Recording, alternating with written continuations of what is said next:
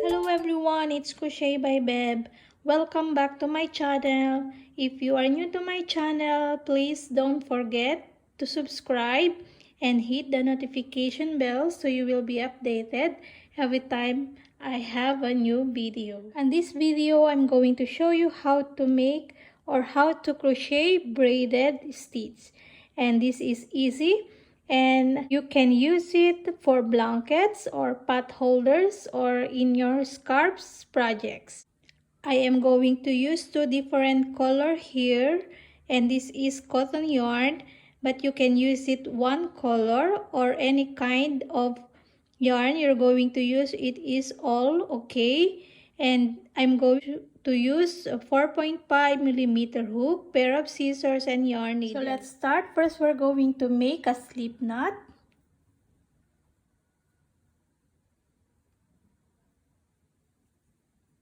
And this pattern, we will be needing a multiple of 2 for the beginning chain. So I'm going to show you for the example of the beginning chain. I'm going to chain 20.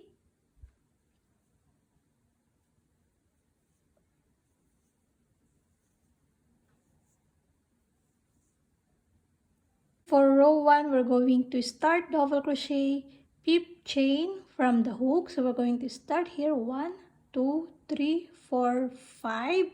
So we're going to insert our hook in there and make double crochet. Okay, yarn over, insert into that chain.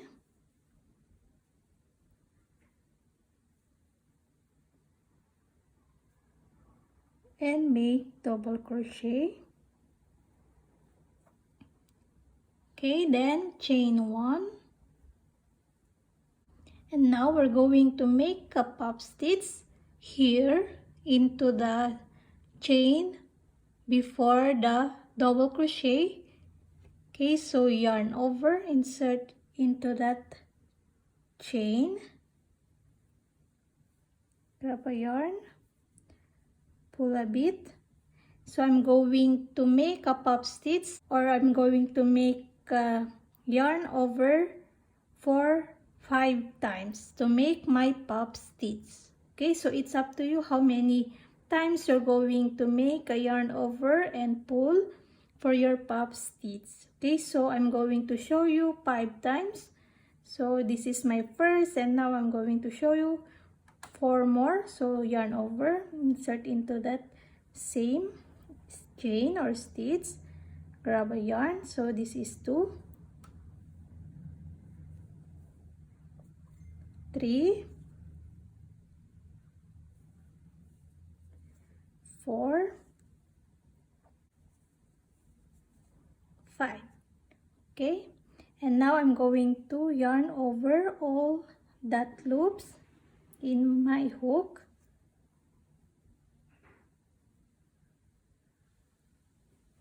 And chain 1 to secure our pop stitch. Then next, we're going to make a double crochet into the next 2 chains. So we're going to skip this. Okay, so this is the place where we put the double crochet here. So you can see, and then we're going to skip this, and then into the next chain or stitch, we're going to put double crochet.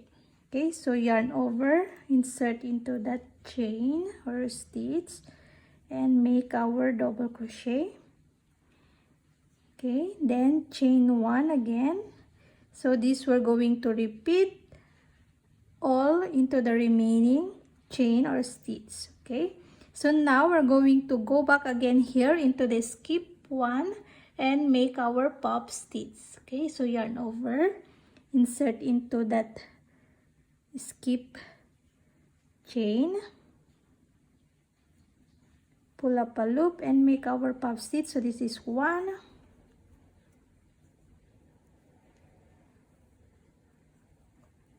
2, 3, 4, 5. Okay, now we're going to pull all the loops and chain 1 to secure our pop stitch. Okay, and this we're going to repeat all into the remaining chain.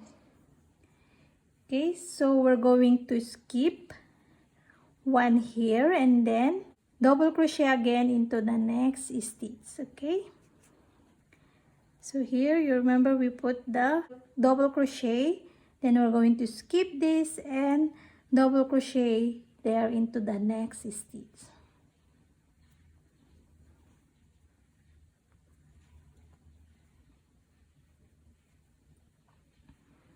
Okay, just make sure your double crochet is a bit loose, so it's not too tight if we're going to make the pop stitch. Okay, so now we're going to chain 1 and make our pop stitch here before the double crochet, which is the skip 1 chain. Yarn over.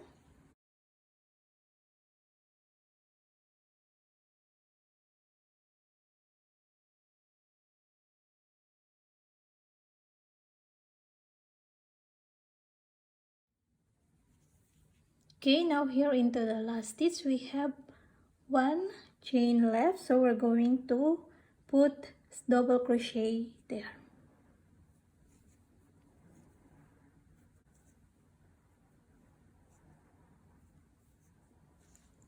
Okay, so it's a bit curled, but it's normal. It's gonna be straightened up later where we do our row 2. And for row 2, we're going to chain 3.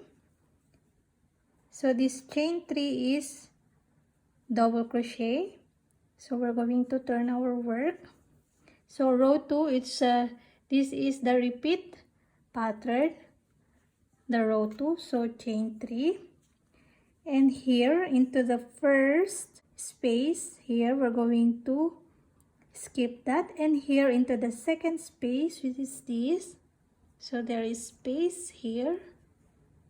So here this is the first space, we're going to skip that and we're going to put double crochets here. So yarn over, insert into this space and make double crochet. So it's a bit loose, so we can make the pop stitch here. So here double crochet, then chain 1, so it's a bit loose, so we can make our pop stitch here. So yarn over, insert into that space, pull a loop, so yarn over,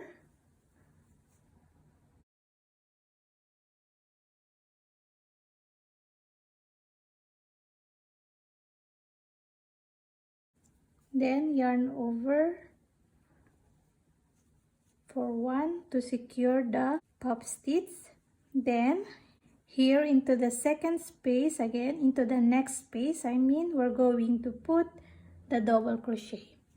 Okay, yarn over, insert into that space and bit a loose, make our double crochet, chain 1 and another here pop stitch again into this space.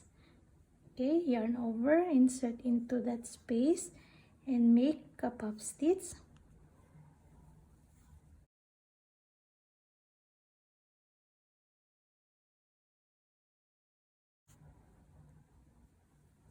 Okay, then chain 1 to secure the pop stitch. Okay, and then we're going to skip this space and we're going to put the double crochet again here.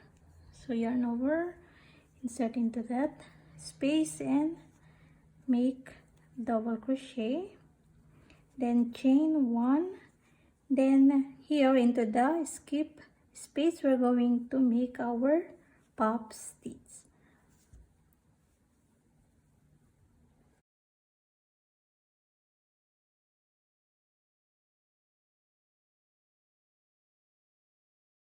Then skip 1, we're going to skip this space, then double crochet here into the next space. Okay, so we're going to repeat that until we're going to reach into the end. last stitch, so we're going to skip this and make the double crochet here to this little space.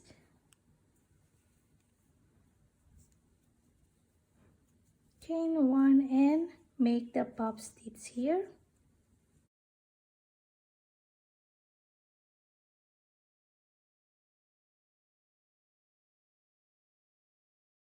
Okay, then here we're going to put double crochets in the same space here where we put the double crochet.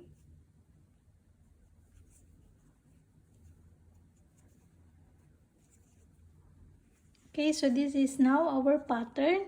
So this is, we're going to repeat row 2 the same to make the pattern. Okay, so for me, I'm going to put my other color into the next row. So if you do that, we're going to insert the new color before we finish the double crochets here. So if you want to put another color, we're going to finish it with the next color or the color you want to insert. Okay, so if you want only one color, so you can continue like this.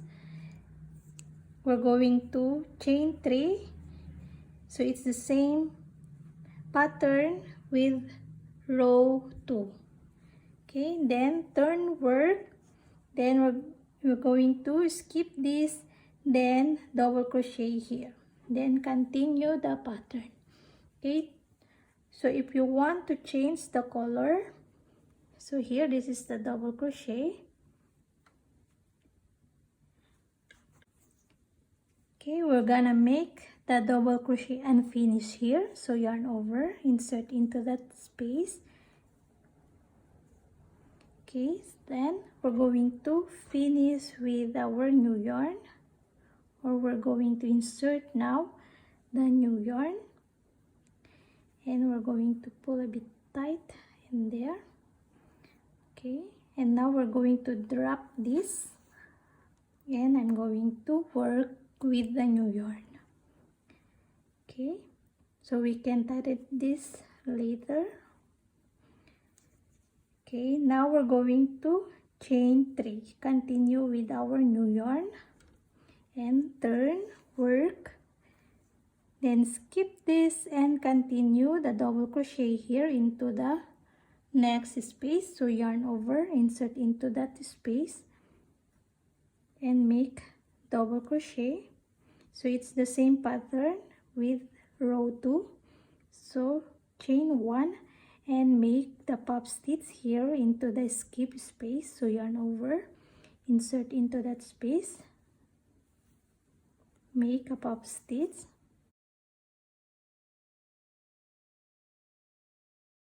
then yarn over all the loops, then chain 1 to secure the pop stitch. Then we're going to skip again this, and then we're going to put the double crochet here.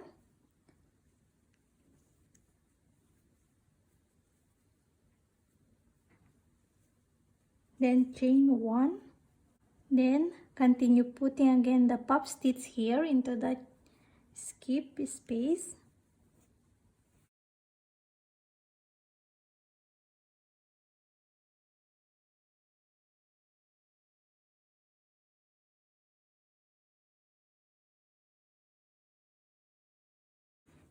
Then continue repeating this row 2 for the rest of the pattern.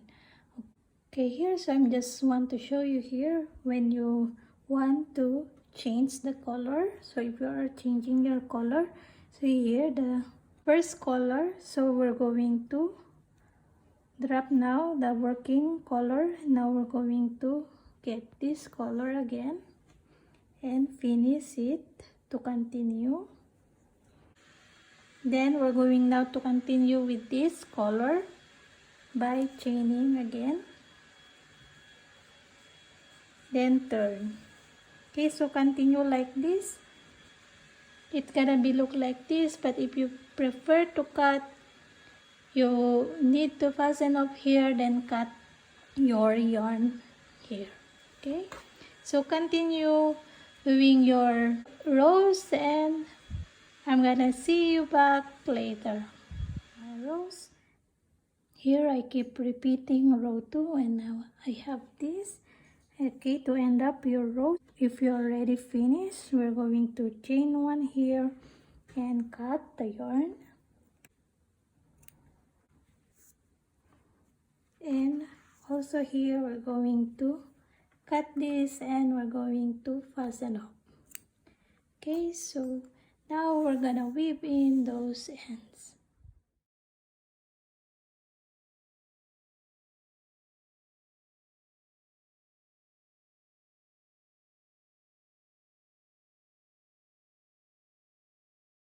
So we are done. Hope you have a great time crocheting this stitch. So this is a braided stitch.